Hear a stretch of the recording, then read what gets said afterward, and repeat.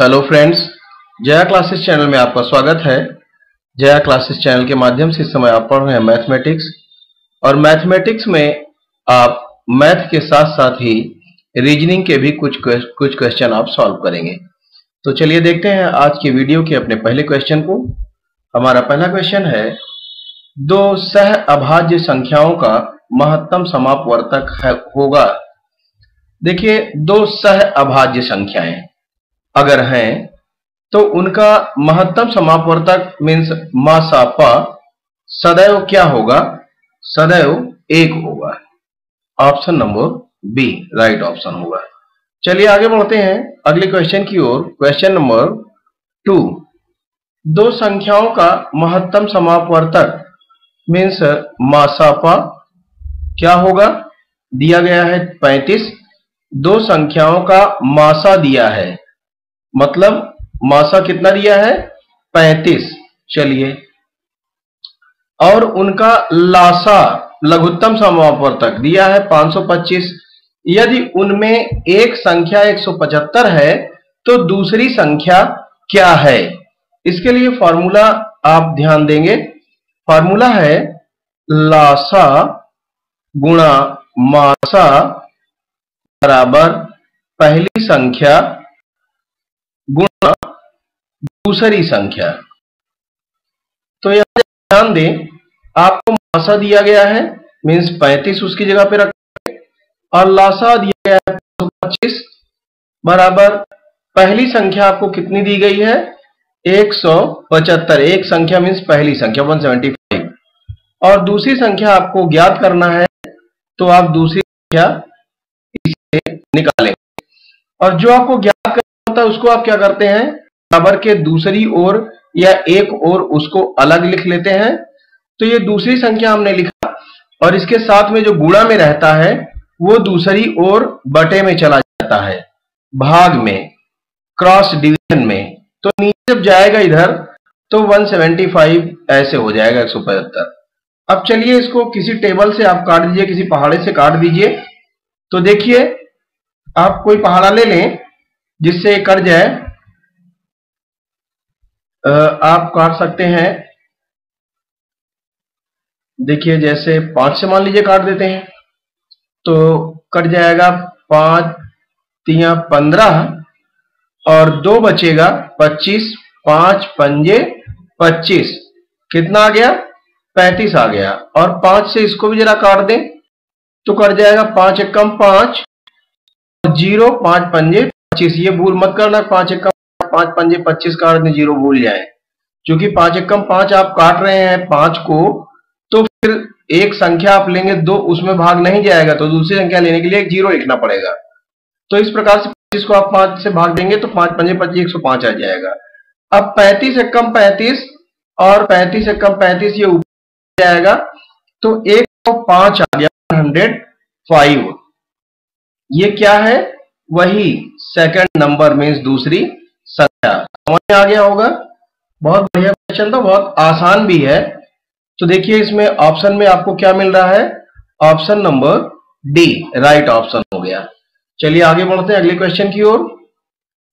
Question number 3, वह छोटी से छोटी संख्या जो पूर्ण वर्ग हो तथा 10, 12, 15 और 18 से विभाज्य हो। देखिए, जब छोटी से छोटी कहे तो आप क्या करेंगे, या स्मॉलेस्ट नंबर आपको निकालने के लिए कहे तो आप क्या करेंगे? हमेशा एलसीएम लेंगे, लघुत्तम समापवर्तक। तो आप क्या करेंगे? आप लासा निकाल लें किसका? 10, 12, 15 और 18 का। तो 10, 12, 15 और 18 का आप एलसीएम लें। 10, 12, 15 और 18। चलिए इस प्रकार से आप एलसीएम निकाल लें। सबसे पहले हम 2 से करते हैं, 2 से, और 2 5 10, 2 6 12, 15 में डिवाइड नहीं होगा, ऐसे ही लिख लेंगे। 2 9 18। फिर आप 2 से भाग देंगे, 5 में नहीं जाएगा, 2 3 6, 15 में भी नहीं जाएगा और 9 में भी नहीं जाएगा। आप देखेंगे अब 2 से किसी में नहीं जाएगा, 3 से करेंगे। 3 एकम 3, 3 पंजे 15 और 3 त्रिका 9। फिर आप 3 से कर लेंगे, 5 में जाएगा नहीं, 1 में हो गया है, 5 में नहीं जाएगा, 3 1 जा 3। फिर आप 5 से कर लेंगे, 5 से 5 एकम 5 और 1 और 5 एकम 5, इस प्रकार से या 1। अब देखिए जरा एलसीएम क्या आएगा, एलसीएम लघुत्तम क्या आया, 5 या 15 या 45 दूना 90 दूना 180, 180 आ गया एलसीएम। अब ध्यान दें कि 180 जो है ये पूर्ण वर्ग, 180 जो है ये पूर्ण वर्ग नहीं है। तो इससे पहले बात तो ऑप्शन में आपके दिया भी नहीं है 180, इससे बड़ी बड़ी संख्याएं सब दी गई हैं। तो आप ध्यान दें कि पूर्ण वर्ग आपको ज्ञात करना है, जो क्या हो, पूर्ण वर्ग हो। तो पूर्ण वर्ग जो होगा वो इसका गुणा इससे इसमें किसी चीज से गुणा करने पर ही प्राप्त होगा। तो आप चलें 18 में, ये 18 मान लें 180 को, 0 तो है ही। आप 18 का पहाड़ा पढ़ें और 18 दूना 36 और 36 देखेंगे तो क्या हो जाएगा, 18 दूना अगर 2 से गुणा करते हैं तो 360 होगा। 360 पूर्ण वर्ग नहीं होगा, 3600 तो होगा पूर्ण वर्ग, यहां ऑप्शन नंबर सी में जो दिया है। लेकिन 3600 बहुत बड़ी संख्या हो गई, हम अगर इसमें 3 से गुणा करेंगे तो 3600 थोड़ी आएगा, या 2 से हम गुणा करेंगे तो 3600 थोड़ी आएगा। 18 दूना 36, 2 से गुणा करेंगे 360 आएगा। तो इसलिए ये ऑप्शन नहीं हो सकता। अब जरा देखें, हम 3 से गुणा करें, 18 3 54 540, ये भी पूर्ण वर्ग नहीं है।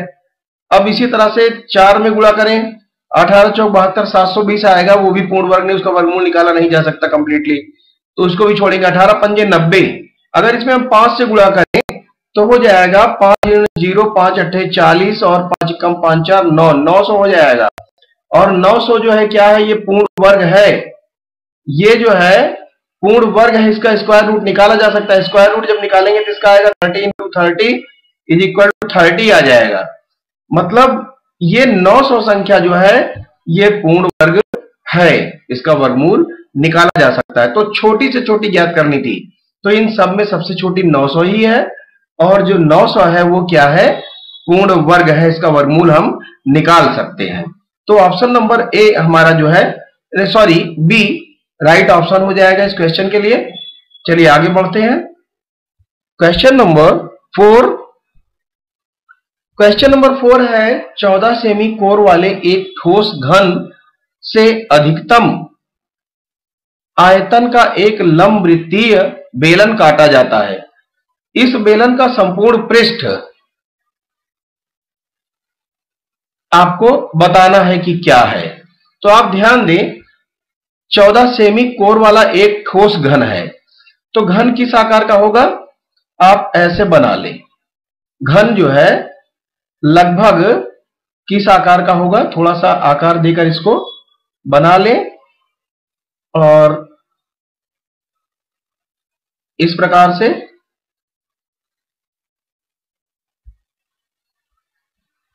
ये हमने घन का आकार दे दिया। ये हो गया घन का आकार। ये क्यूब है, क्यूबाइड नहीं है, क्यूबाइड मीन घनाभ। तो ये क्या है, घन है। लेकिन इसमें क्या करना है, 14 सेमी कोर, तो इसकी कोर जो है वो क्या है, 14 सेमी है। अब 14 सेमी है इसकी, तो घन में क्या होती है, सभी कोर समान होती हैं क्यूब में, मतलब लेंथ ब्रेड्थ और हाइट तीनों जो है सेम होते हैं, लंबाई चौड़ाई और ऊंचाई, तो 14 ही होंगे। अब देखिए इसके बाद क्या करना है, इस ठोस घन के अधिकतम, क्या कह रहा है, इस 14 सेमी कोर वाले एक ठोस घन से अधिकतम आयतन का एक लंबवृत्तीय बेलन काटा जा सकता है।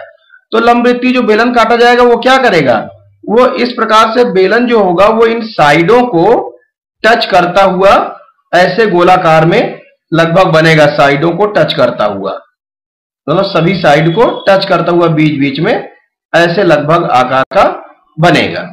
तो चलिए हम देख लेते हैं, यदि ये जो इसमें जो बेलन बनेगा वो सभी साइडों को टच करते हुए लगभग ऐसे बनेगा, तो इससे आप देखें हम काटेंगे जब, तो कैसे काटेंगे, ये इस प्रकार से, और यहां भी जो होगा वो भी क्या करेगा, सभी साइडों को टच करता हुआ ही गोलाकार ऐसे बेलन बन जाएगा।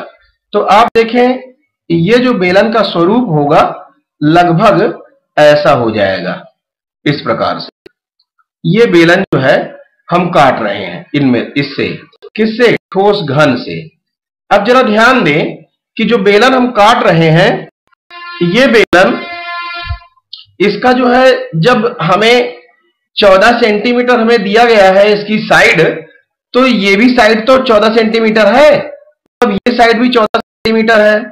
ये तो ये इसका डायमीटर कितना होगा? इसका डायमीटर भी 14 होगा, यहां से लेकर यहां तक ये डायमीटर जो है क्या होगा? 14, मतलब व्यास भी 14 होगा।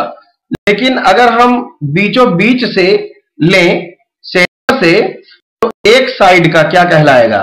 त्रिज्या कहलाएगा। एक साइड का क्या कहलाएगा? त्रिज्या r। ये कितना हो जाएगा? 14 का आधा हो जाएगा, मीन्स 7 सेंटीमीटर हो गया, 7 सेंटीमीटर। अब ध्यान दें, वही चीज आप अगर ऐसे देखें तो यहां से भी अगर हम देखें तो ये बीच वाले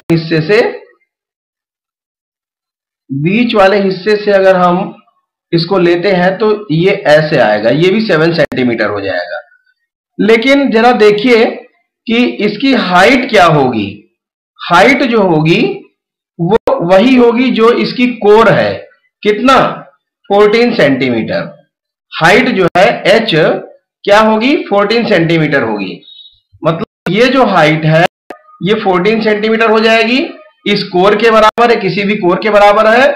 और रेडियस जो हो जाएगा इसका वो क्या हो जाएगा?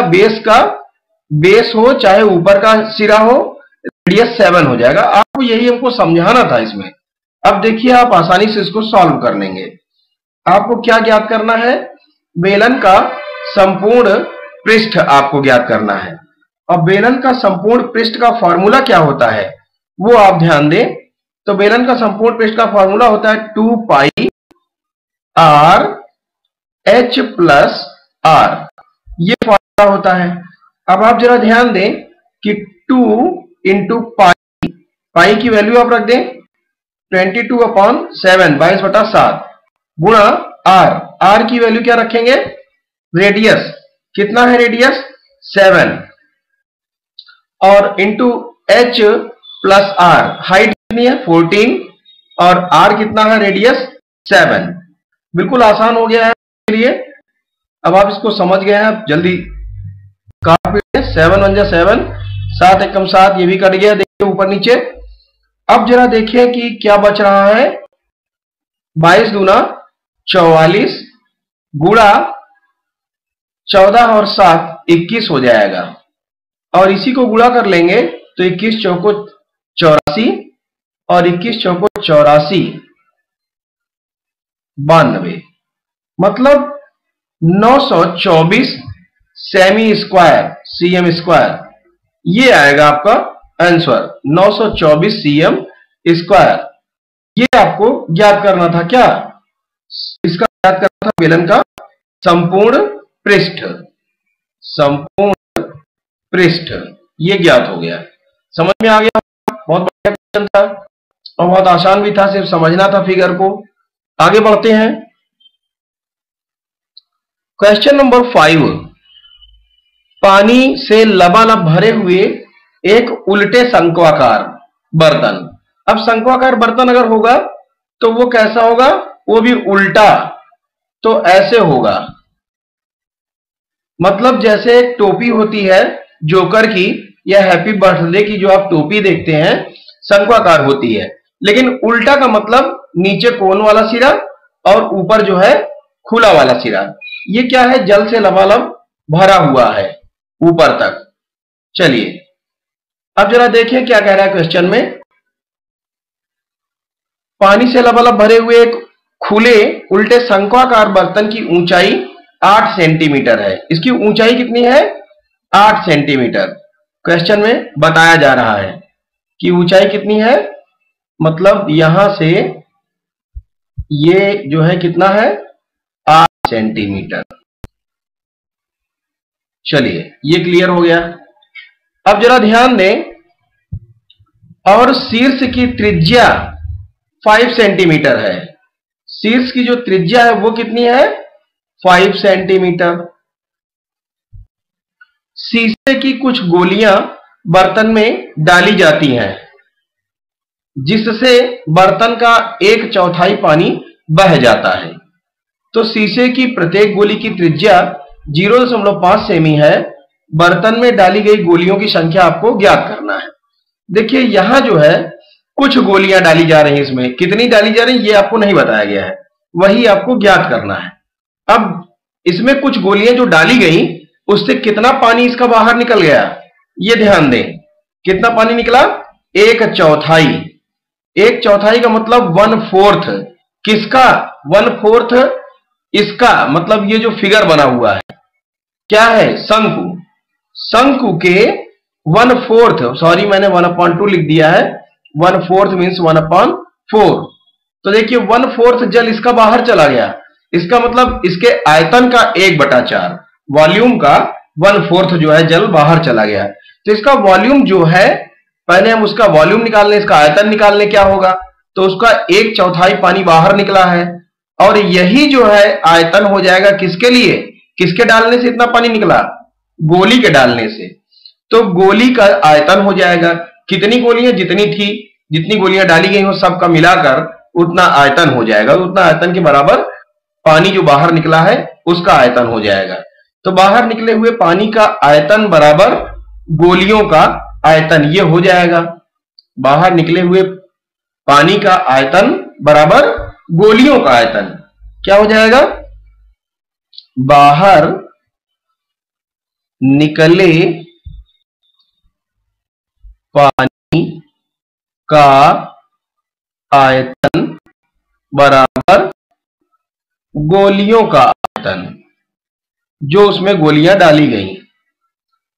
देखिए बाहर जो पानी निकला है उसका आयतन क्या है? उसका आयतन है जो आकार का भी आपने ऊपर देखा शंकु जो बना हुआ है, इस शंकु का जो आयतन है उसका 1/4। तो शंकु का आयतन का यहां हम फार्मूला लगाएंगे। शंकु का आयतन का 1/4, तो 1/4 ऑफ वॉल्यूम ऑफ कोन। तो 1/4 ऑफ मीन्स का 1/4 किसका? शंकु का। और शंकु के आयतन का जो फार्मूला होता है वो क्या होता है, वो आप जरा ध्यान दें। शंकु के आयतन का जो फार्मूला होगा वो होगा 1/3 पाई r स्क्वायर h। 1/3 पाई r स्क्वायर h। तो r कितनी है? त्रिज्या। त्रिज्या आप देख लें कितना है। त्रिज्या है, कितना दिया गया था भाई क्वेश्चन में, देखते हैं। क्वेश्चन में 5 सेंटीमीटर त्रिज्या दिया गया है। तो पाई 1/3 पाई r स्क्वायर h, तो 1/3 पाई और r स्क्वायर मीन्स r को 2 बार, h मीन्स ऊंचाई कितनी है? 8 सेंटीमीटर। तो आप क्या लिख देंगे? 8 लिख देंगे। इक्वल टू, अब देखिए ये समझिएगा, कोन के आयतन का 1/4 यही पानी निकला था उसमें से, ये किसके बराबर है? गोलियों के आयतन के बराबर। अब गोली का आयतन क्या होगा? तो गोली का आयतन मीन्स गोले का आयतन का जो फॉर्मूला होगा वो लगाएंगे, होगा 4/3 पाई r क्यूब। क्या होगा? 4/3 पाई r मीन्स त्रिज्या। तो गोली की त्रिज्या कितनी दी गई है? ये दी गई है 0.5।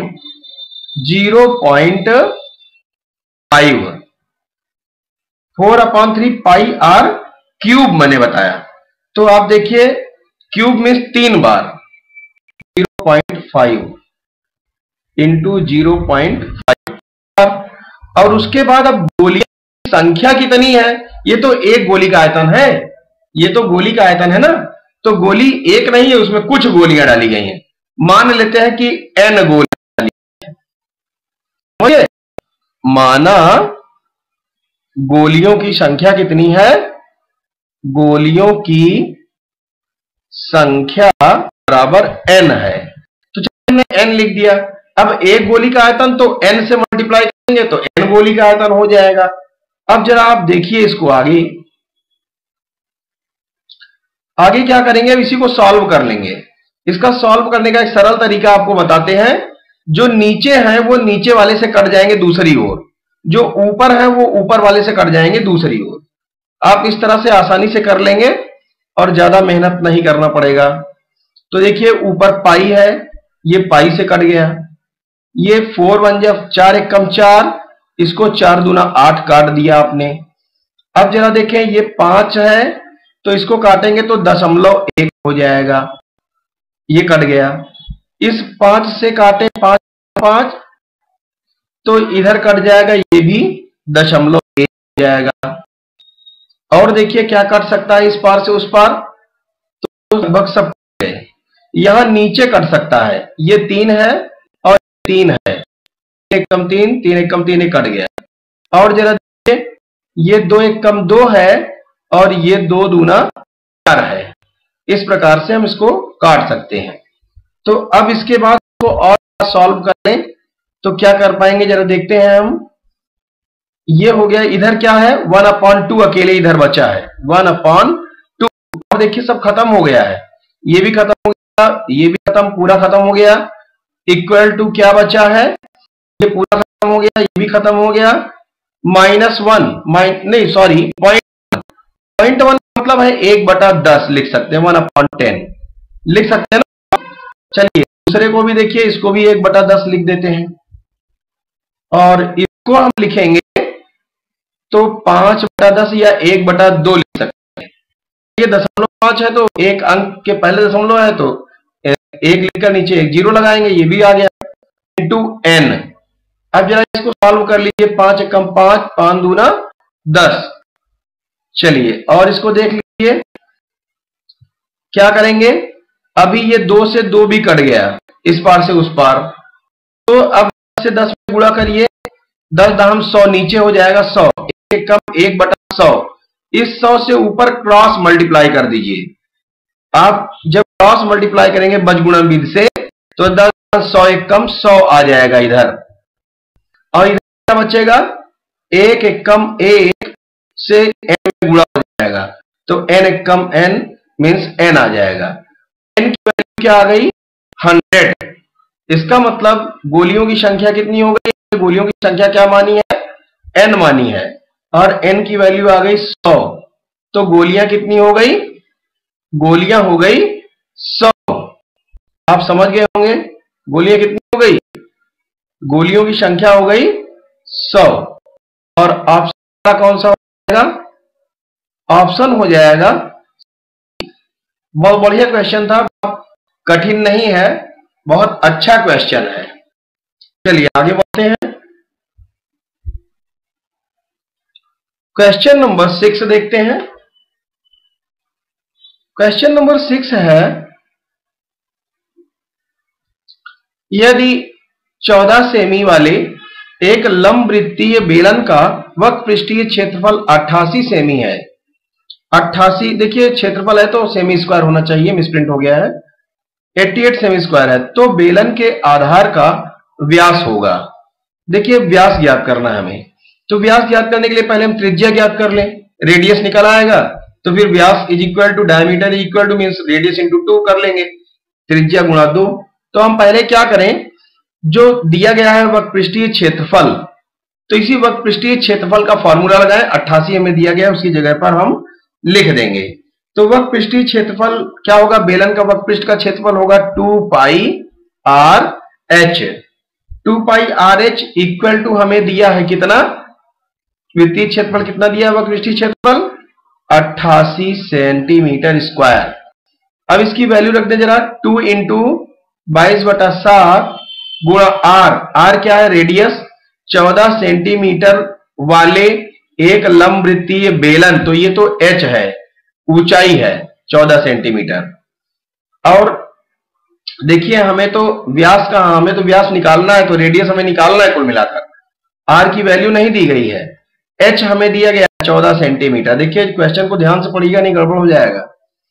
14 सेंटीमीटर वाले एक लंबवृत्तीय बेलन, तो ये उसकी लंबाई है मीन्स ऊंचाई, बराबर 84।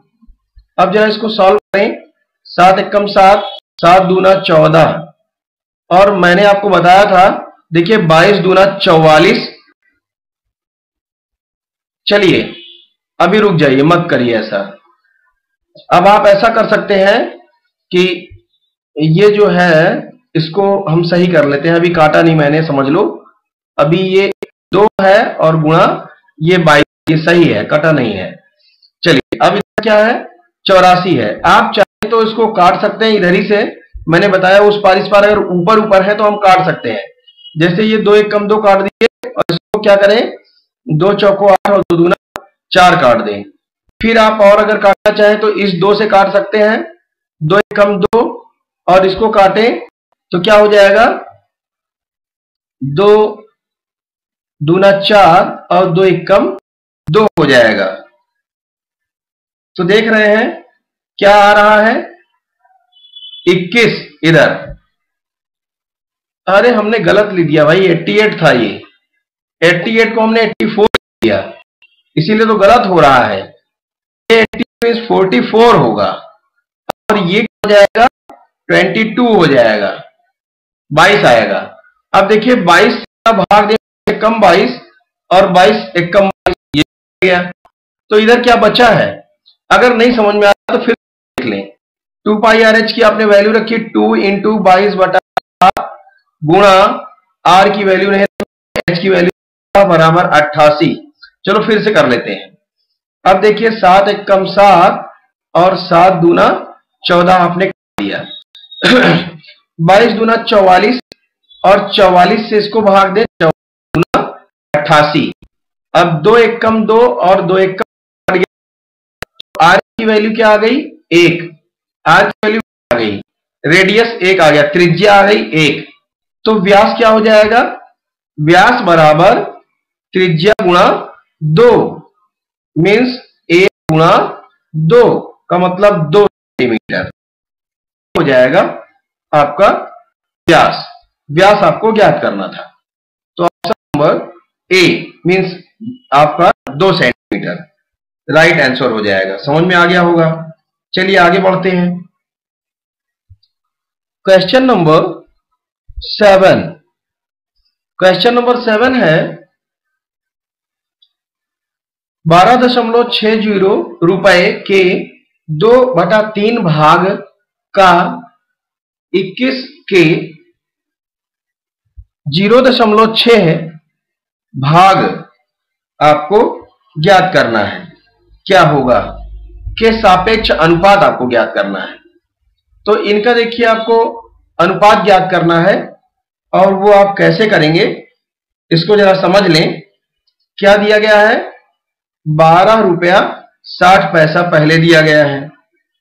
तो आप क्या करें, इसको नोट कर लें, 12 रुपया 60 पैसा का या के मीन्स मल्टीप्लाई गुणा 2/3 का अनुपात होना है इसके साथ। किसके साथ, 21 के मीन्स गुणा 0.6 के साथ क्या अनुपात होगा। तो ये आप कर लें। अब जरा ध्यान दें कि आप क्या कर सकते हैं। आप देखें जरा, 3 1 कम 3, इसको भाग दे दें, 3 चौक 12, 3 दूना 6, 4.20 आ गया और ये 2 है। मैंने आपको कहा था कि ये जो होता है अनुपात को भी आप बटा ही समझें या बराबर समझें। मतलब एक तरफ से दूसरी ओर किसी पहाड़े से आप दोनों को भाग दे सकते हैं। तो आप देख लें क्या कर सकते हैं।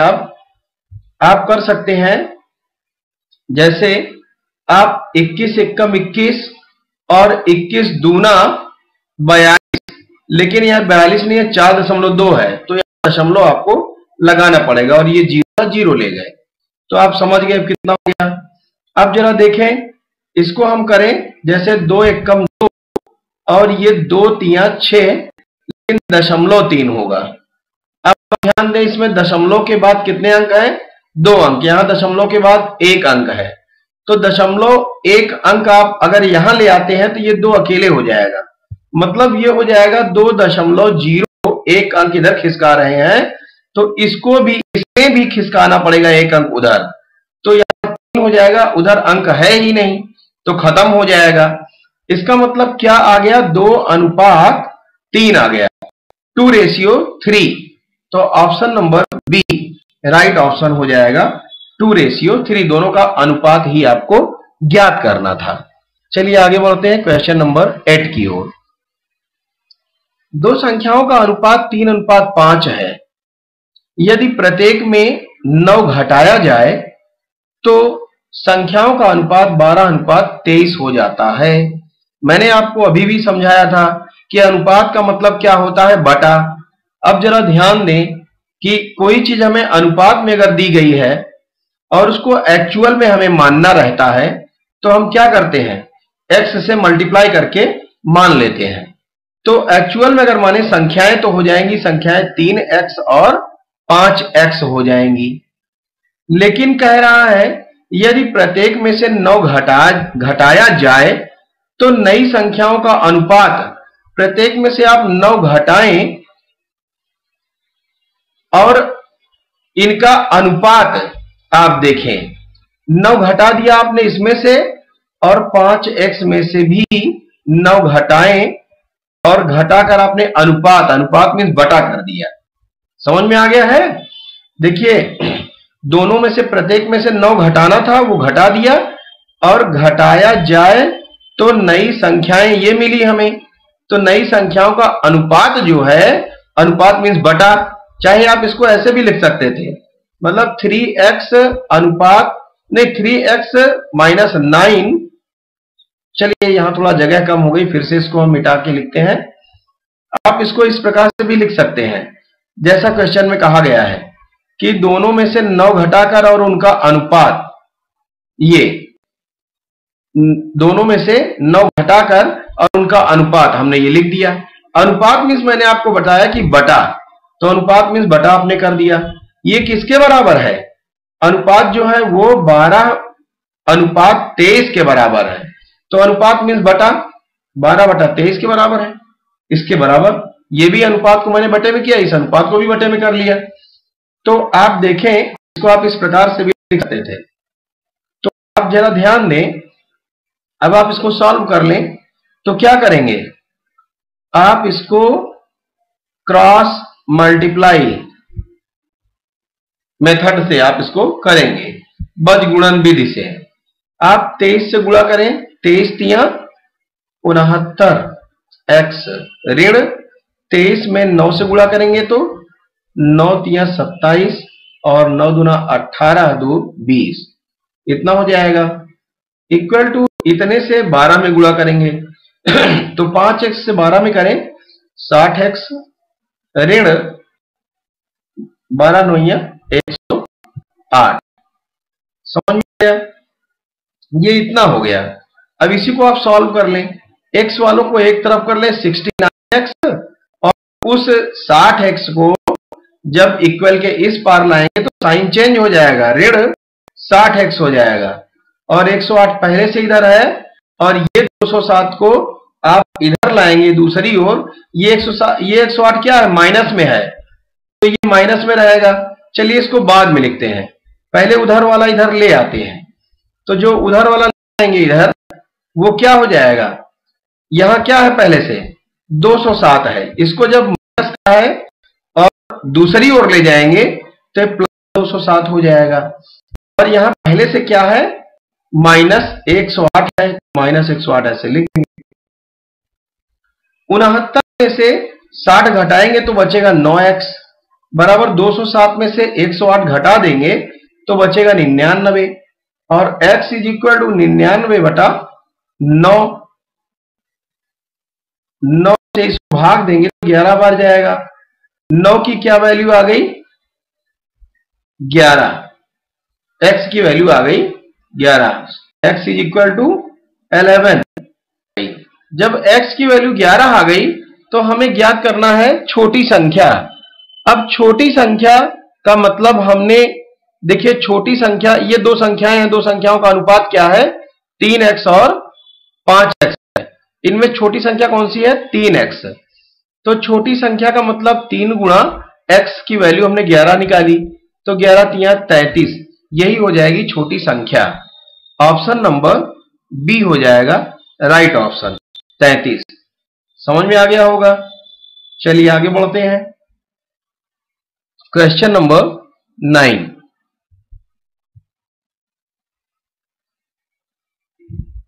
क्वेश्चन नंबर 9 है,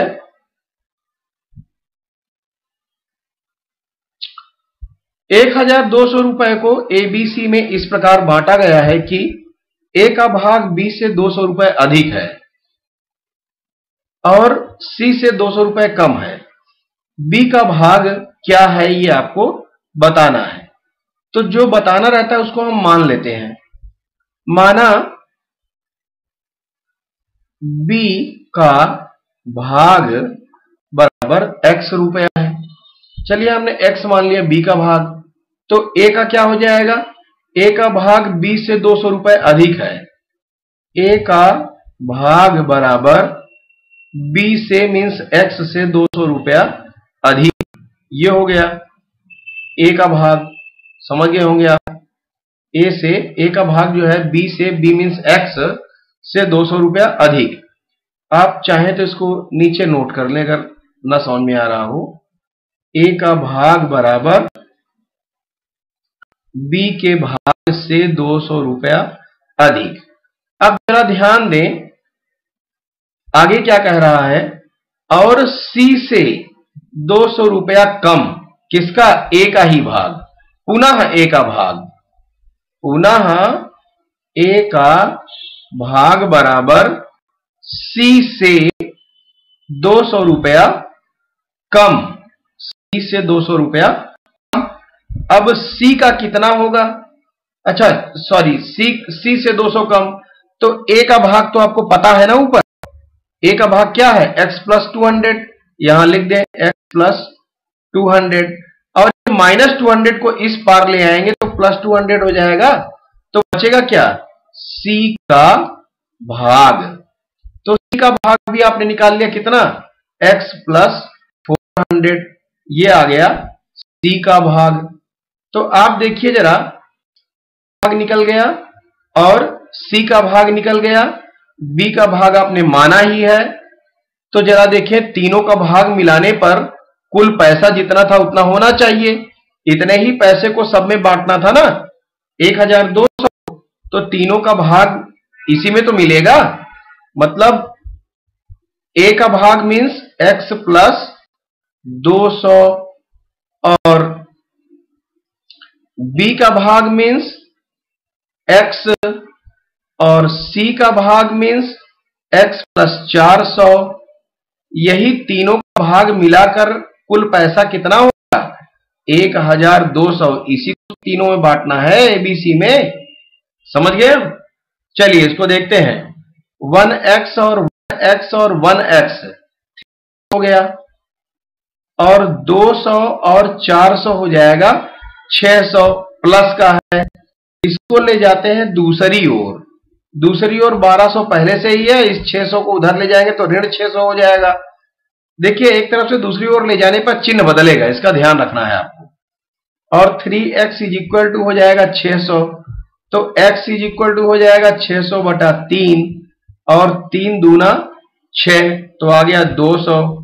x की वैल्यू कितनी आ गई? 200। हमने x क्या माना था? हमने x माना था b का पार्ट, और वही हमें ज्ञात करना है।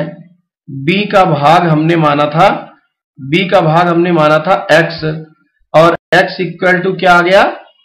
200। तो 200 आ गया, x की वैल्यू आ गई 200, तो b का भाग आ गया 200, मीन्स ऑप्शन नंबर सी।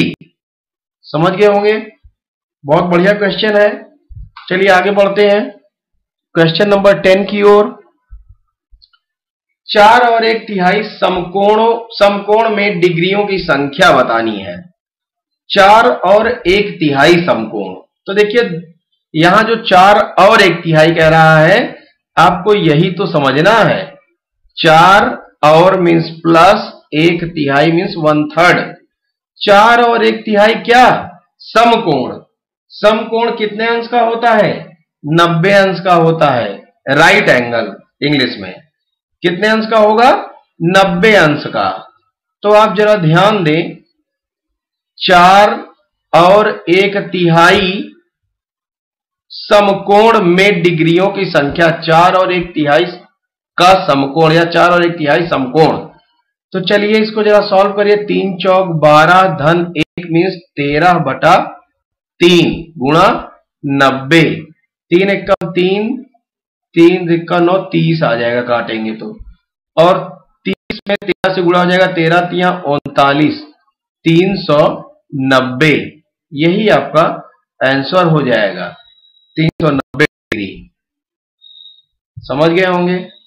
बहुत बढ़िया क्वेश्चन था और बहुत आसान है, और आसानी से देखिए आंसर भी आ गया। समझ गए आप इसको। चलिए आगे बढ़ते हैं। देखिए ये 10 क्वेश्चन मैथमेटिक्स से थे। अब इसके बाद जो क्वेश्चन है वो है रीजनिंग के, तार्किक ज्ञान या रीजनिंग के। चलिए इनको हम सॉल्व करते हैं। 17 का जो संबंध है, देखिए इसको विशेष ध्यान देना है।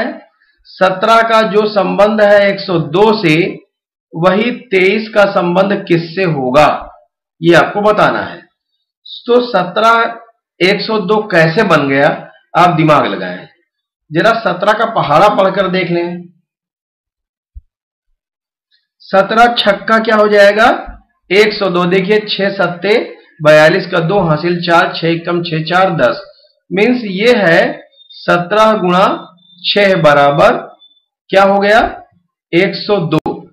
अब अगर हम 23 गुणा 6 कर लें तो देखिए 6 तरीका 18 और 6 दूना 12 और 1 13 मीन्स 138 होना चाहिए। क्या हमारे ऑप्शन में ऐसा है? बिल्कुल है। तो इसका मतलब ये सही तरीका है और यही होना चाहिए 138, क्योंकि जो संबंध 17 का 102 से है वही संबंध 23 का 138 से होगा। समझ में आ गया होगा। चलिए आगे बढ़ते हैं। 138 इसका आंसर हो जाएगा। अगला क्वेश्चन देखते हैं। अगला क्वेश्चन है जिसमें कथन दिया गया है और निष्कर्ष दिया गया है। आपको चूज करना है कि कौन सा निष्कर्ष सही है क्या है, उसके अकॉर्डिंग आपको ऑप्शन दिए गए होंगे। कथन देखिए क्या है, सभी मेज कुर्सियां हैं। सबसे पहले तो जो सभी कहता है उसको दूसरा जो कह रहा हो, सभी मेज और दूसरी चीज क्या है कुर्सियां।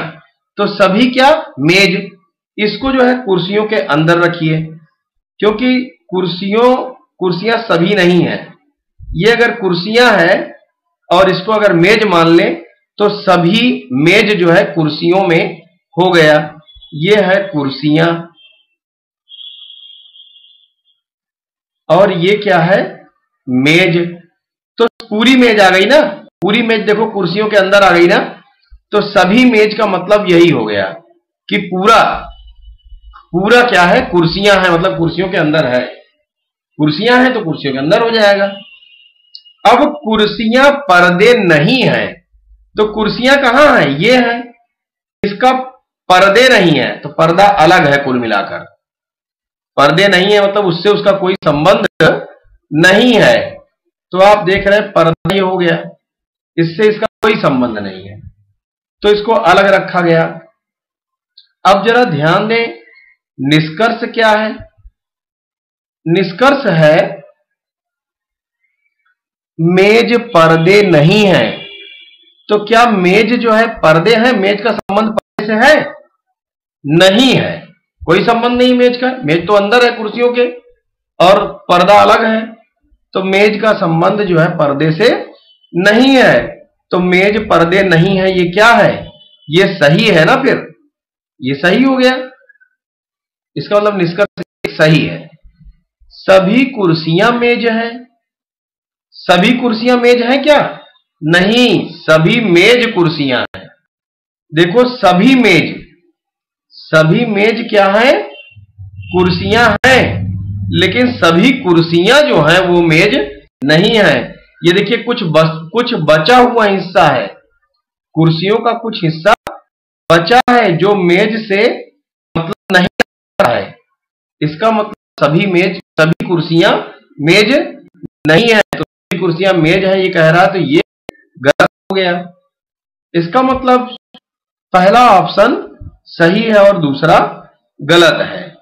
चलिए अब आगे बढ़ते हैं, जरा देखते हैं जो ऑप्शन दिए गए हैं केवल 2 सही है, तो 2 तो गलत है पहले से ही। केवल ये देखिए इस प्रकार से इनको होना चाहिए था, ऐसे। चलिए, केवल देखिए 1 और 2 दोनों ही सही नहीं है, तो ये भी गलत हो गया। देखिए ये भी गलत हो गया और ये भी गलत हो गया। 1 और 2 दोनों सही है, तो ये भी गलत हो गया। केवल 1 सही है। Option number D right option हो जाएगा इस क्वेश्चन के लिए। क्या है ये? क्वेश्चन नंबर 12 आप देख रहे हैं। तो क्वेश्चन नंबर 12 में देखिए, क्वेश्चन नंबर 12 है, क्वेश्चन नंबर 12 का हो जाएगा ऑप्शन नंबर डी राइट हो जाएगा। समझ गए होंगे? बहुत बढ़िया क्वेश्चन था, सिर्फ समझना था।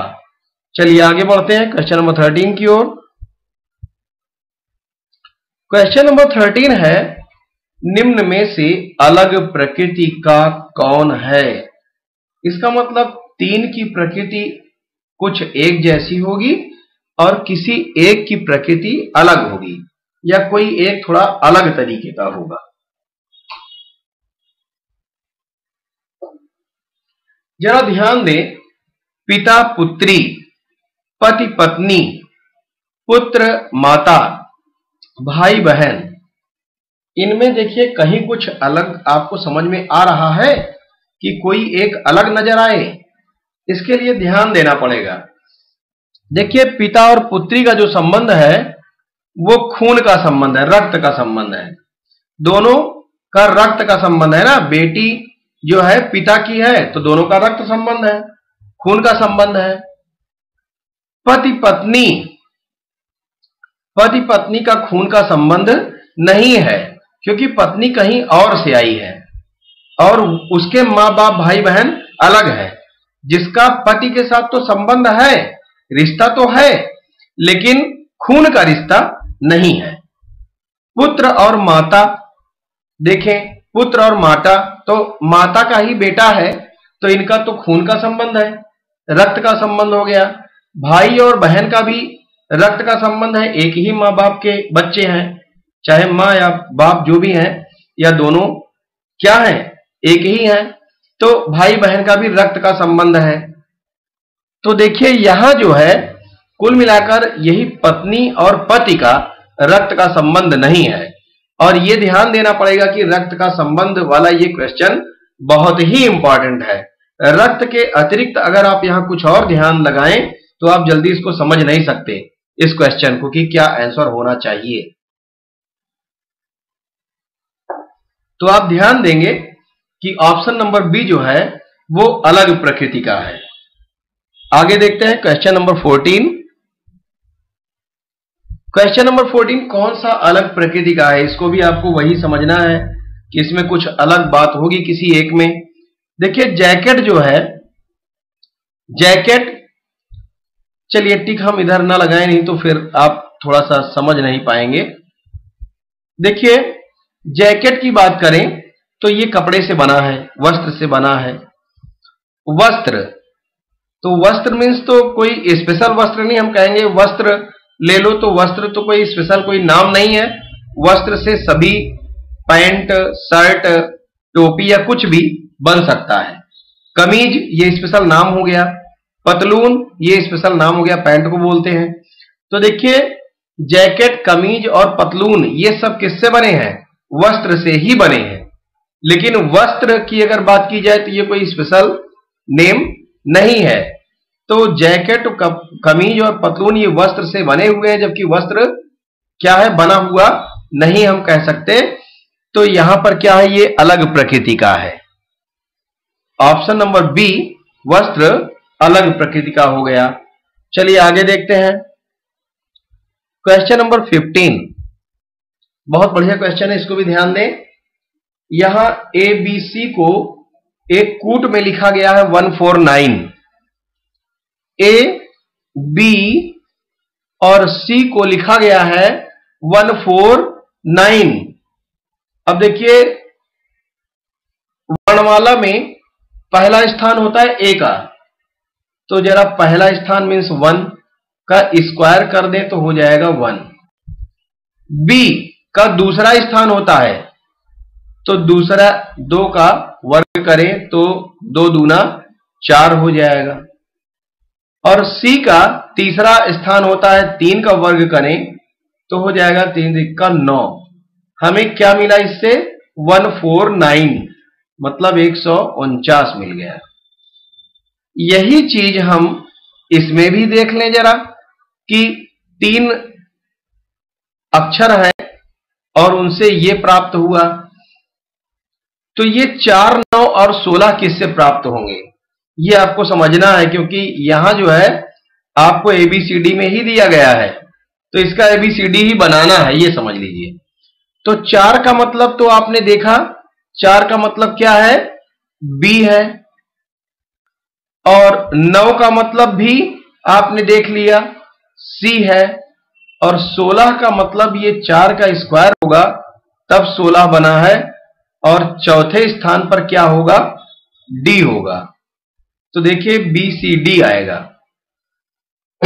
और इस हिसाब से ऑप्शन नंबर A BCD इसका राइट ऑप्शन हो जाएगा। समझ गए होंगे? इसका मतलब यह हुआ कि यहां क्या होना चाहिए? BCD होना चाहिए। यही आपका आंसर हो जाएगा। तो देख रहे हैं आज जो भी वीडियो में आपको क्वेश्चन मिले हैं, आज की वीडियो में सारे क्वेश्चन अपने आप में बहुत ही इंपॉर्टेंट हैं और ये पेपरों से ही संग्रहित किए गए हैं, इसलिए भी ये इंपॉर्टेंट है। और आपको ये भी आंकड़ा मिल रहा है कि इस तरह के क्वेश्चन पेपर में आते हैं, तो आप इनको ध्यान से देखें। और अगर अच्छा लगता है आपको तो आप अपने मित्रों को भी शेयर करें ताकि उनको भी इसका लाभ मिल पाए। और आप अगर शेयर करते हैं तो थोड़ा सा हमारा मनोबल बढ़ता है। शेयर करें और व्यू बढ़े। तो थैंक्स फॉर वॉचिंग।